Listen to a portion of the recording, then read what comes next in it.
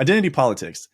Identity politics really took off as far as the popularity in the mainstream chit chat around the country 3 years ago, about 3 years ago, maybe four, 2 to 4 years ago, we'll just say. So it's been kind of quiet, but it has been a part of our culture now for the past 2, 3, 4 years since we first talked about it. So it's kind of been flying under the radar, but I wanted to bring it up because there are two aspects of it. One is good. The other is bad. And we see that a lot, right, in our daily lives. There is the good and the bad. You can make good choices. You can make bad choices. You can have good consequences. You can have bad consequences. And just like with privilege, which I talk about in episode 6, and I'll tie into a little bit later, there is good that can come from that and bad that can come from that. Well, that's the case here also with identity politics. There is good that can come from identity politics, and there's also bad that can come from identity politics. But since it's been a while, like I said, about 2 to 4 years since this was really the hot topic of conversation in our country, let me just give you a little bit of a refresher. So in case you are not familiar, identity politics is when groups of people that share something, whether it's their race, their religion, their sexuality, their gender, their ethnicity, or some form of identifying characteristic, it is when they want to promote themselves or their specific interests or their concerns. Now, like I said, there is good and bad. The argument for using identity politics for good would be like the civil rights movement, and you think of Martin Luther King Jr. What did he say? Martin Luther King Jr. wanted us to all have a shared belief and a shared identity as Americans. But he also highlighted that there have been injustices for Black Americans up through that point in time. So he drew this big circle. In the middle, for what he was specifically advocating for, was civil rights, equal rights for everyone, for every American. And then around the edge, the perimeter of that circle, was everyone else in America, right? We are all Americans, but hey, let's come together as Americans and correct these injustices, prevent them from continuing moving forward.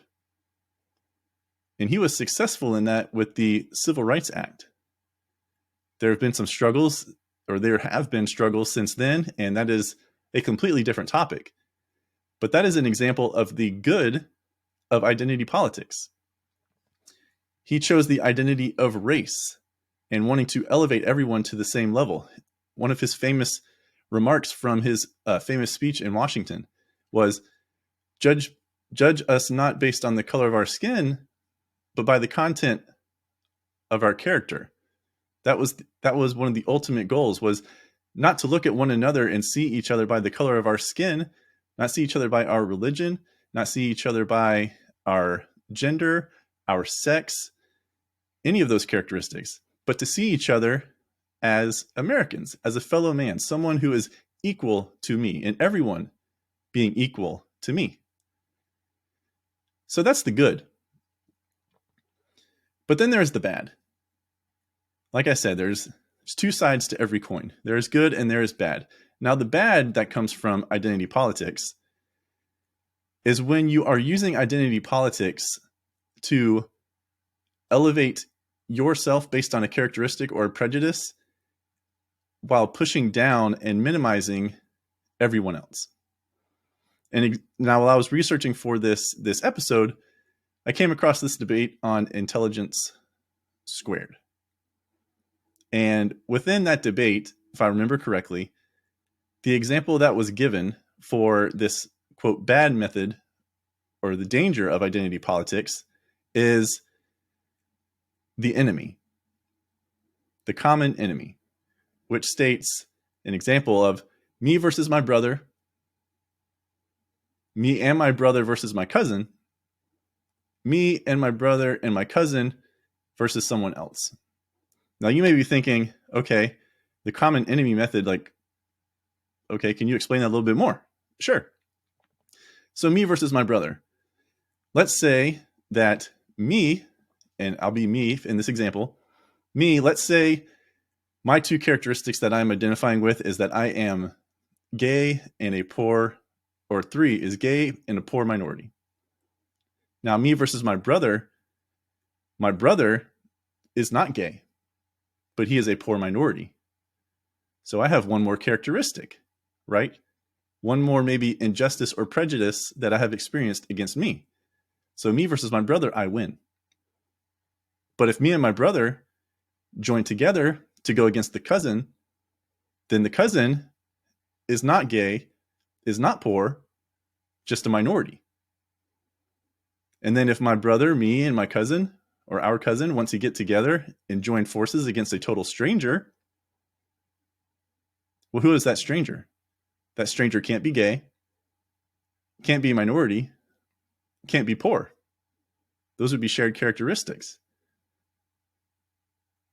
So that stranger, and this is like an absolute or one extreme of this bad method, that stranger would be left as white. Because again, can't be a minority. And what is the dominant race in the United States of America? White. Can you see where that danger lies? Me versus my brother, me and my brother versus my cousin, me and my brother and my cousin versus a stranger. It is this inverted totem pole, this inverted hierarchy that that promotes the person who has suffered the most.